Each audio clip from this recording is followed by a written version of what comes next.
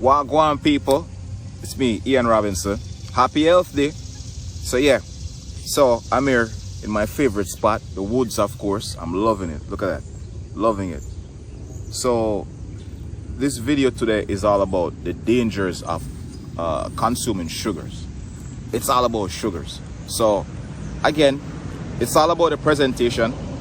So stay tuned, watch, enjoy, and learn as much as you can enjoy from this video, right?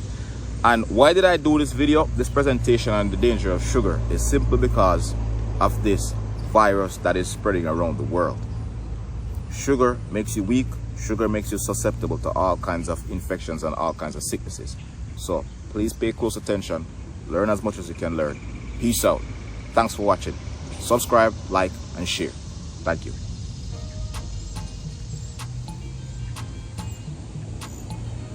Yep. So back at you again. So happy Health Day. And this presentation is called The Deadly Impact of Sugar.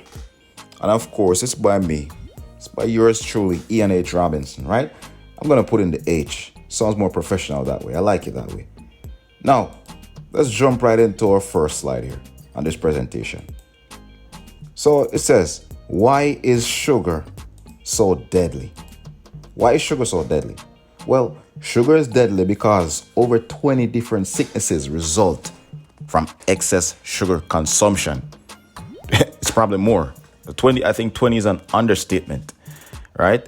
Over 10 different organs are negatively affected by sugar. Well, pretty interesting. Over 1 million people die from sugar-related illnesses each year, and that's on a global scale. And sugar is the #1 killer of human beings. You heard that? Not warfare. Not infectious diseases. No, sugar is the #1 killer of human beings on planet Earth. Now, this is serious because if sugar kills so many people, why is sugar still legal? Why is sugar still sold? Why is sugar still being consumed and promoted in society? Well, I'm not going to say anything about the food industry and the pharmaceutical companies, but this is a good question. I think sugar should be banned just like fentanyl is banned. It's very dangerous, right? So let's look at some of the diseases that result from high sugar consumption, right? The first one we have to think of is cardiovascular disease. We got to think about high blood pressure. We got to think about diabetes, liver disease, right? We have to think about cognitive decline because now they're finding out that cognitive decline in the form of dementia and Alzheimer's, right, result from sugar consumption. Crazy. Rheumatoid joint issues like arthritis and gout link right back to sugar. Many cancers are linked right back to sugar consumptions. Hormonal imbalance, right? Then you have to also think about seizures. All these things are linked right back to sugar consumption. So pay close attention. Sugar is deadly. Now, what is sugar? Next slide. There you go. Now, what is sugar? And let me just jump right into it. What is sugar? Sugar is a carbohydrate. And carbohydrates occur in nature. It's natural, right? Now, you have two different forms of carbohydrates. You have complex carbohydrates and you have simple carbohydrates, right? Now, when you say complex carbohydrates, we basically mean that the carbohydrate molecule is made up of 3 or more sugar molecules. It consists of 3 or more sugar molecules. So that makes it complex because it's multiple. So therefore, when the sugar molecule is complex, the digestion process to break it down takes longer. And because the digestion process takes longer to break down complex sugars, that means the glucose is going to be released in the body little by little. And this is how it's supposed to be. The sugar or the glucose gets in the bloodstream little by little on a gradual basis, on a slow basis. Now, if you're going to eat the simple carbohydrates, are taking the simple sugars, guess what? It's gonna trigger your pancreas to produce too much insulin. You know why? Because the digestion process is rapid. And if the digestion process of a simple sugar is so rapid, that means tons of glucose is gonna pour into your bloodstream in a short space of time. And this is where the danger comes in, right? This is exactly where the danger comes in. So now let's move on to the next slide. Now, what are some common sources of simple carbs? Common sources of simple carbs includes fruits that you eat, again, occurs naturally, and it occurs in fruit as fructose. Then you have it in milk as lactose. It comes in barley and grains as maltose. And then, of course, you get it from table sugar. Table sugar, which is sucrose. And sucrose is basically a combination of glucose, which is one molecule, and fructose, which is, I think, two molecules, right? But then again, when sucrose gets broken down, it becomes glucose. Very deadly thing to mess with. Now, with maltose, I remember as a kid, I used to love drinking malted beverages, right? Like Milo, Horlicks, and those things. Love those things. Then you have another popular malted beverage that's made from the grains is Malta. And this is why it's called Malta. Not because it's from the country of Malta, but because it's a malt beverage, right? And then you have to also think about beer. Beer is a malt beverage. Strangely enough, you know, you can make beer from different things, but beer originally started out from grains, right? In the ancient days with our ancestors. Okay, let's move on.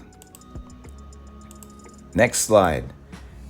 Now, this is a key question to ask. What does excess sugar do to the body? Excess sugar downgrades your health. Let me repeat it. Excess sugar downgrades your health, and it does so in multiple ways. And I'm going to start off with number one. Excess sugar dysregulates certain genes.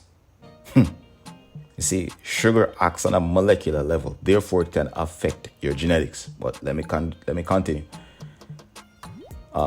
Excess sugar disrupts normal cellular function. Excess sugar damages body tissues. Of course, if it's going to affect your cellular function, it's going to damage tissue because cells, all of the cells come together to make tissue. And if the cells that come together to make tissue gets damaged, then guess what? The tissue is going to get damaged, right? So another thing that sugar does is it deteriorates your organs, again, from cellular to tissue to organs.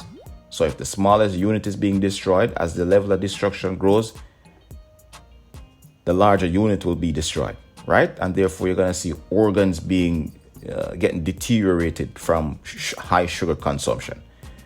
And basically, sugar drains your life force in the end. That's what it does. So let me go into this some more. It says sugar switches off certain genes that are associated with certain diseases, right? These genes are linked to the endocrine system, the circulatory system, the nervous system, the digestive system, the lymphatic system. So fructose is detrimental and can trigger pretty much like deadly chain reactions in your body, right? If you consume too much of it. So how sugar or fructose affect your DNA is this. It causes suppression. It causes genome suppression and genome instability. And that's highly problematic, right? And you have to realize this. And why does it affect us on a genetic level?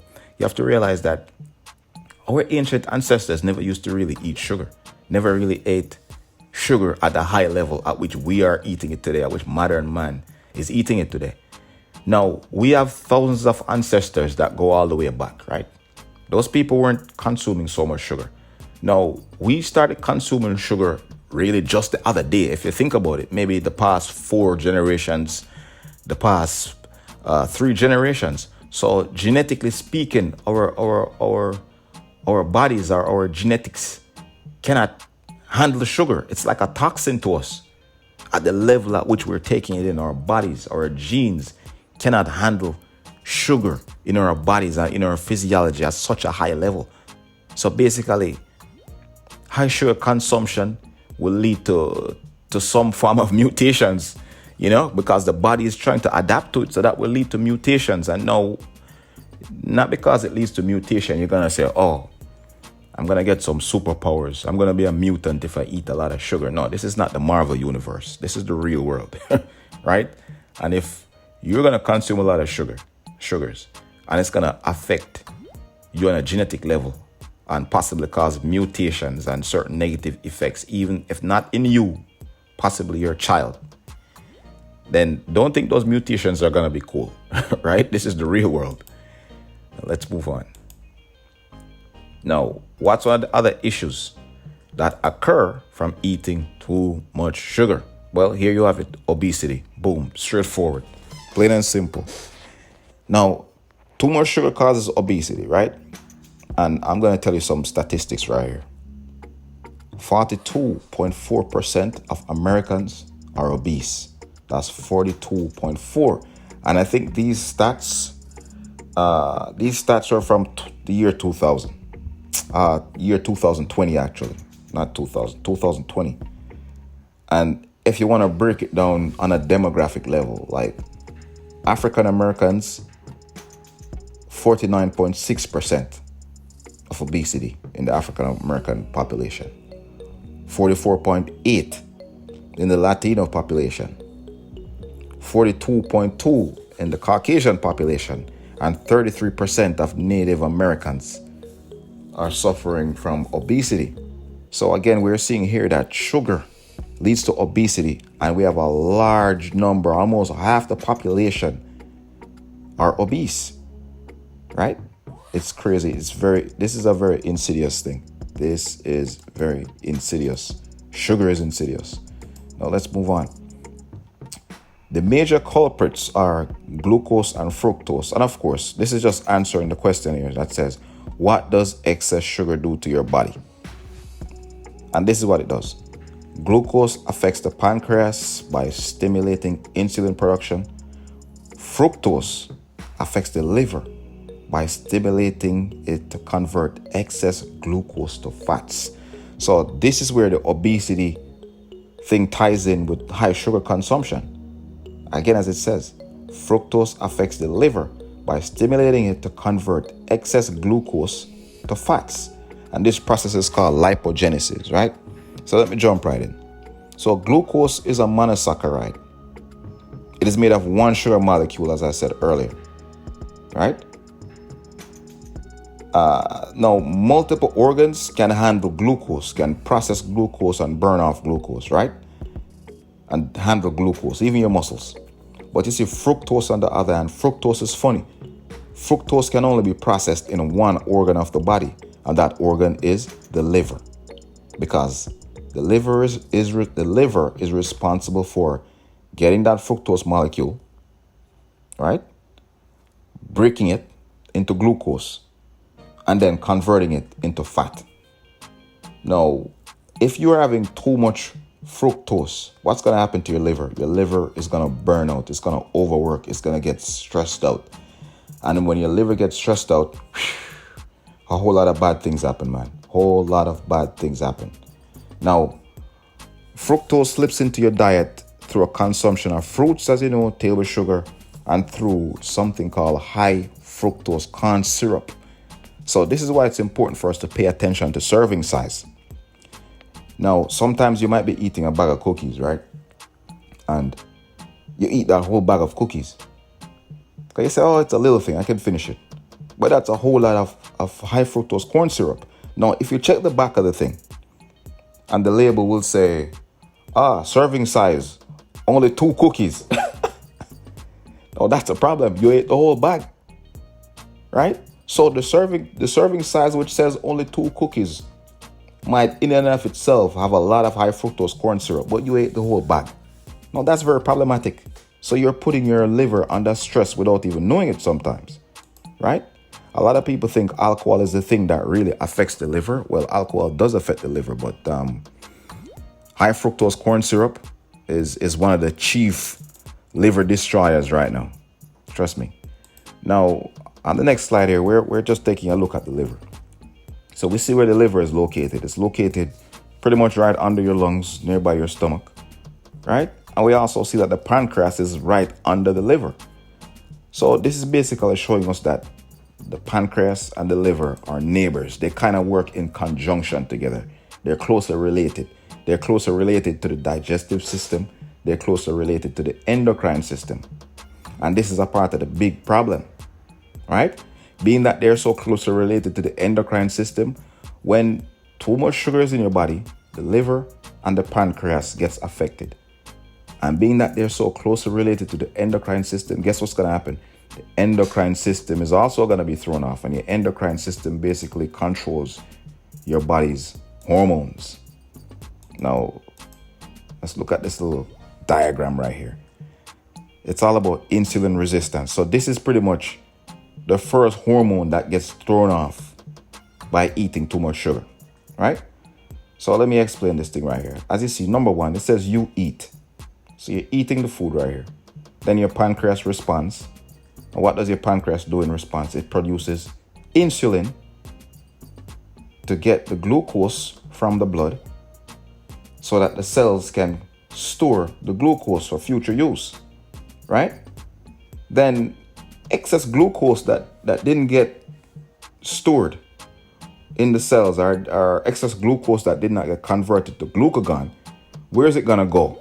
Because the cells are like, I'm packed, I can't hold no more. You have to go somewhere else. Where's it gonna go? Of course, it's gonna go to the liver. And then the liver is gonna convert it to fats. Now, this process, again, which is called lipogenesis, is very taxing on the body. It makes you very tired. So this is why sometimes you eat a high carb meal. Guess what?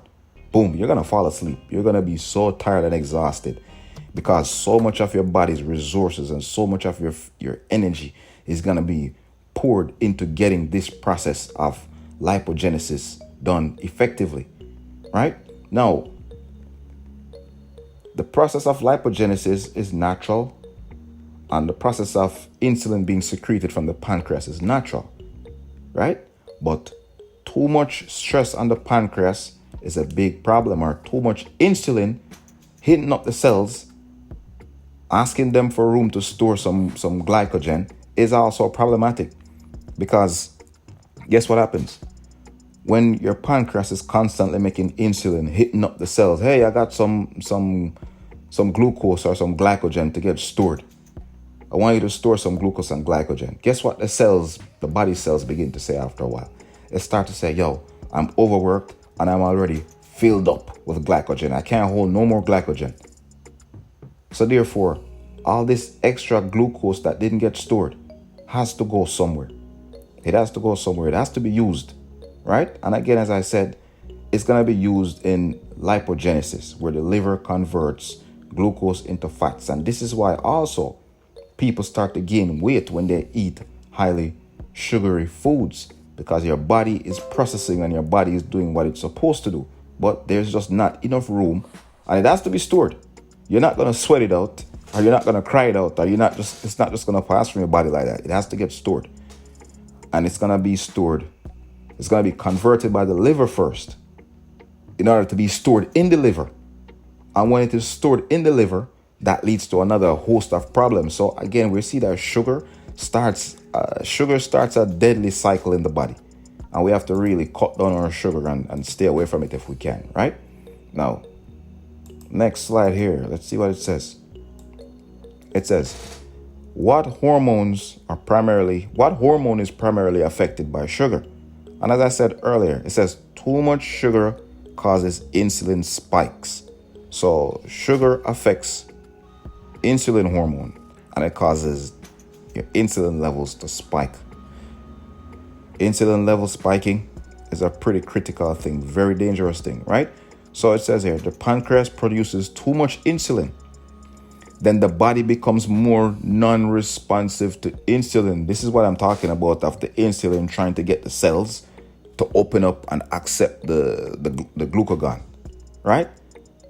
And after a while, it's like the body cells are beginning to say, yo, we had enough. Leave us alone. You're overworking us too much. So then what does the insulin or what does the pancreas have to do? The pancreas has to scream louder, like, yo, yo, yo, come store this glucose, store this glycogen. So every time the pancreas has to work harder to get the same results from the cells, after a while, what's going to happen? The cells are going to become desensitized to insulin. And when the cells become desensitized to insulin, guess what happens? That's called insulin resistance. The cells are resisting the insulin, and that is highly problematic. Then all of that sugar has to go to the liver. So the pancreas is going to get burnt out. Then eventually the liver is also going to get burnt out. Now the next slide. It says, what happens when insulin is too high?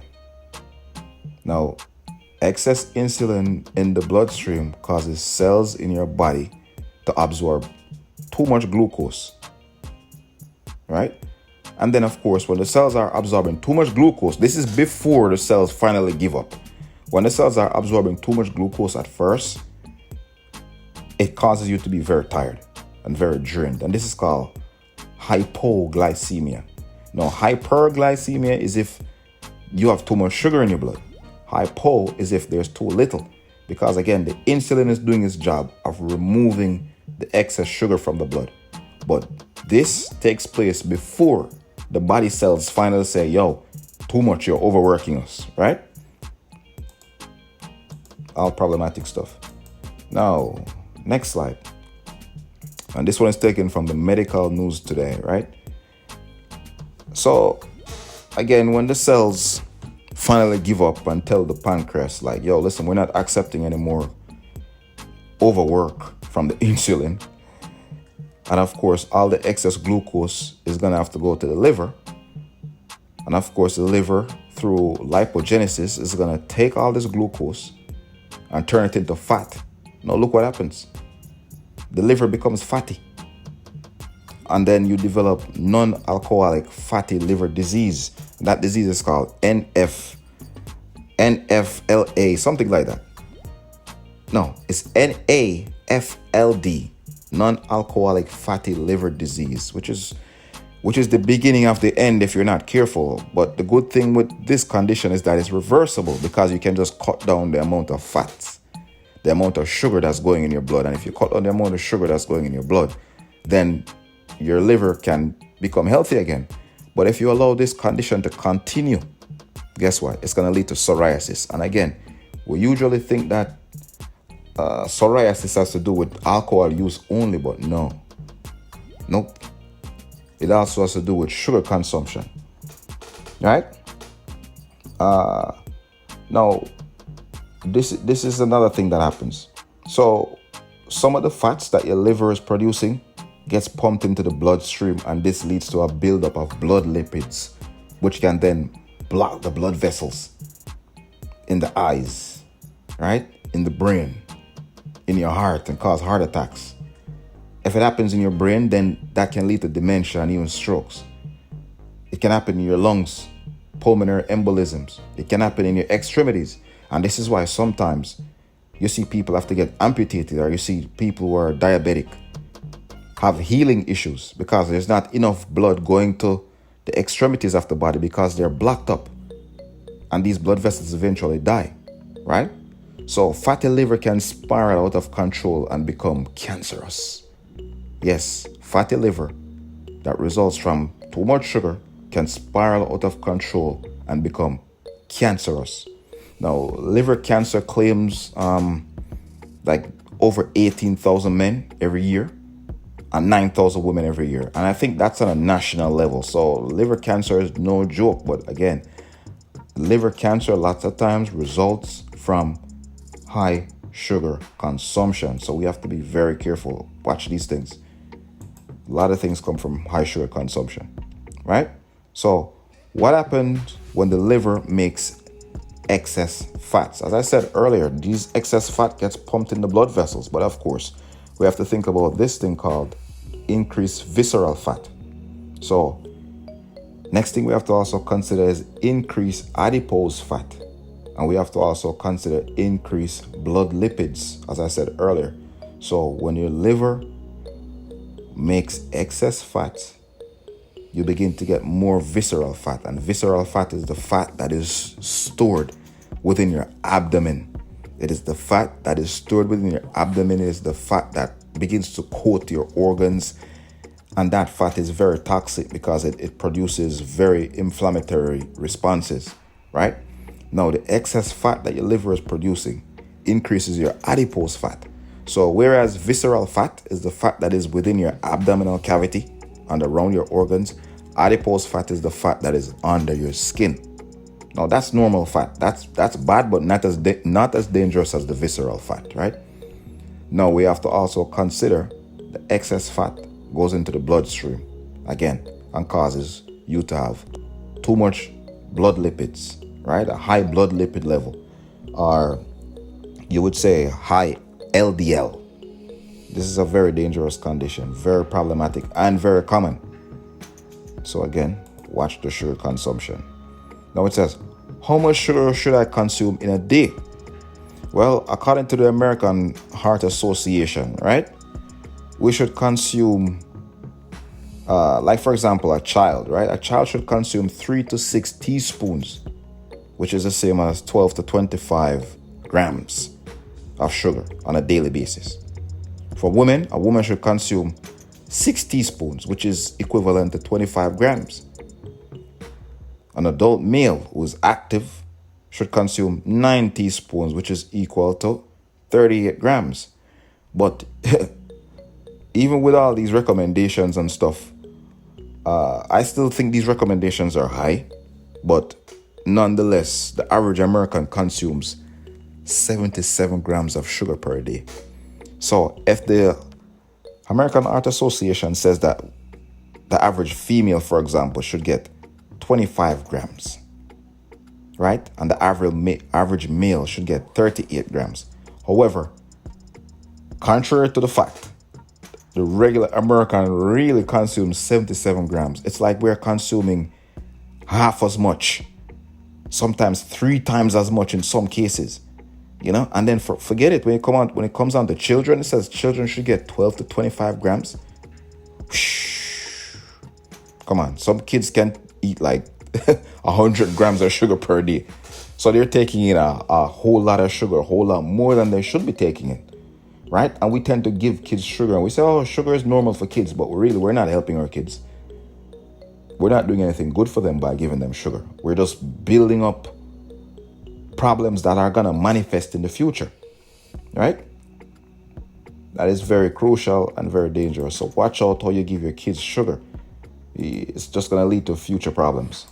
It's going to lead to future problems. Now, this question here. Is high fructose corn syrup in a lot of products I love to eat? Let me repeat that question. Is high fructose corn syrup in a lot of products I love to eat? And the answer is yes.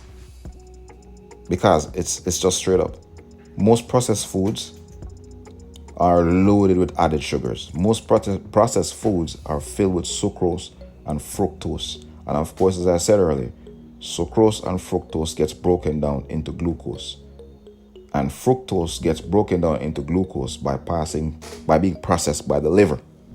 So therefore, again, too much high fructose corn syrup is going to overwork the liver, right? And this explains why the average American consumes so much sugar. Because look at the foods. This is all stuff that we all love. We all love soda. Well, I don't really drink soda anymore. We all love a little pastry, a little cake every now and then. We all love burgers. Burgers used to be my big temptation, but I wean myself off of burgers. Unless it's homemade burgers, with special breads that my wife make and keto ketchup and all that stuff. Everything is like altered, made with no sugar, made from scratch at home. Ketchup, look at that. Crazy high fructose corn syrup level. Yogurt, you might get up and say, oh, I'm going to give my kid a pack of yogurt to eat. Worst thing, that thing is filled with so much sugar. Ice cream filled with high fructose corn syrup. Very dangerous. Overworks the pancreas like crazy. And some candy. We all like candy every now and then, but so as for me and my family, we made a complete change. Like, if we're gonna eat yogurt, we're gonna eat plain yogurt. We don't drink soda. If we feel for something sparkly and bubbly, we drink seltzer water. We want cakes and pastries. My wife is pretty good at making ketogenic pastries where instead of using the regular carb-filled flour, regular wheat flour, she uses almond flour, that doesn't have as much carbs. The carb count and the glycemic count is way less. Candy, well, we give candies a break unless it's sugar-free candy. Ice cream, my wife makes some nice keto ice creams, nice sugar-free ice creams. So you have to really watch these things. And again, the high fructose corn syrup is the source of a lot of problems in modern society. So now let's move on. Now it says, a diet of simple carbohydrates or refined sugar. Now, actually, this is the question. I need to read the question first. What else does fructose do to the body? So a diet of simple carbohydrates or refined sugars depresses the immune system. You can't afford to have a depressed immune system in a time like this where there's a pandemic raging outside, right? So fructose also overstimulates the adrenaline glands and gets the adrenaline glands to get you hyperactive. And it also overstimulates cortisol production. And cortisol is a stress-related hormone that makes you gain weight. Here we go again. Fructose disrupts the thyroid gland.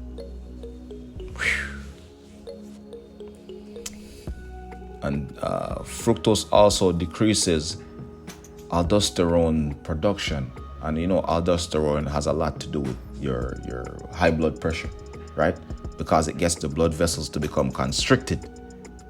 So we have to watch out for that. So a lot of time we used to say that salty foods cause high blood pressure, but the truth of the matter is, I think sweet foods and foods made from simple carbs and simple sugars are to be blamed for high blood pressure, right? Not just the salt.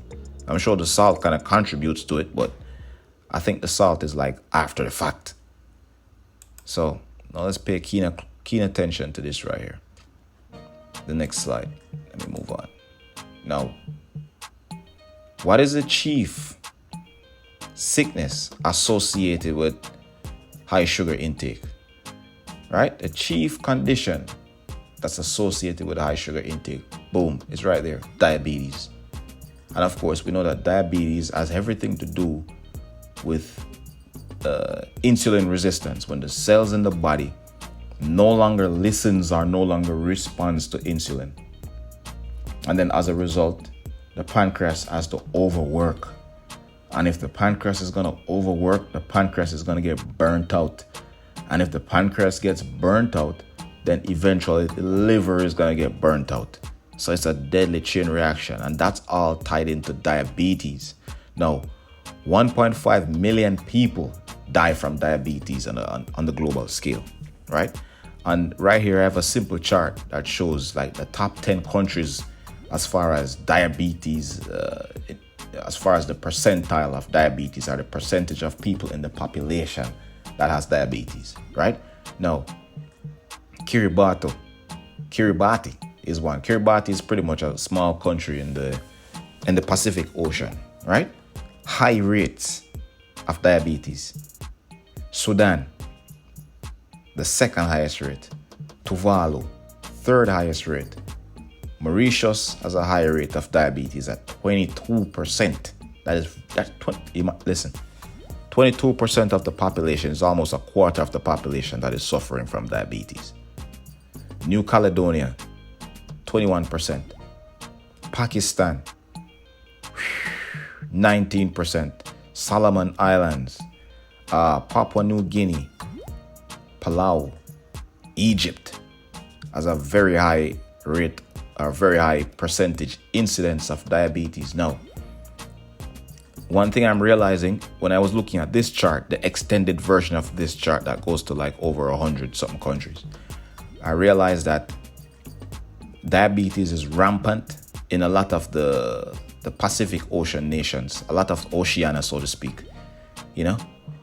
It's very rampant in those populations. The people that live on those small islands, like in Malaysia, Polynesia, all those places. diabetes is rampant in their population. Diabetes is also rampant in the Middle Eastern populations. You can check the list out yourself. As I was going through the list, whereas as over 100 something countries, like a lot of the Arab countries or a lot of the Middle Eastern countries were up there. So that was very alarming to look at. And again, a lot of nations that's in the Pacific Ocean. So it's basically showing like not everyone has the genetic predisposition to process sugar and high fructose corn syrup. Not everyone has the ability to do it. Also in the Caribbean, there are some countries in the Caribbean that has a pretty high rate of diabetes. So not everyone can process the sugar. So this is why it's important for us to also know our ancestral foods. And the thing that's happening with a lot of these countries, like in Sudan and Tuvalu and so on and so forth, is that, no, there's a bike passing by outside. Wait till it goes. The issue is that there's a lot of American or a lot of westernized foods that's being pushed in these countries. A lot of franchises are being expanded into these countries. And you see the thing with these foods, for these people, it's very addicting to them because they're not used to it. Because it's not a part of their systems. You know, a lot of these people have been introduced to sugar, maybe like, this is like the first generation. Whereas like the rest of us is maybe like 3-4 generations back. But it's still problematic for all of us. But for them, it's even more so stark and more so alarming because they're not used to it and their bodies are responding very, very negatively. And again, the genetic predisposition, not everyone can process sugars. So again, here we have it. Just to wrap up, just to hit the last slide. And, just to tie up again, sugar is deadly. It's a killer. It causes a lot of diseases. It causes a lot of issues, not just diabetes, but it's linked to cardiovascular disease. It is linked to neurological diseases. It's linked to hormonal imbalance. It's linked to all sorts of joint issues. So again, we have to be very careful about what we eat. And we have to pay close attention to serving sizes. We have to pay close attention to the sugar intake. Sometimes we have to just go on a sugar fast. Sometimes we have to put our families on a sugar fast because even, say, for example, you're going to allow your kids to eat sugar. All you're really doing is starting a negative chain reaction in your child's physiology. Because you might say, oh, they're young, they're growing, they can handle sugar. No, they can't. They're supposed to actually eat less sugar than you as a grown-up.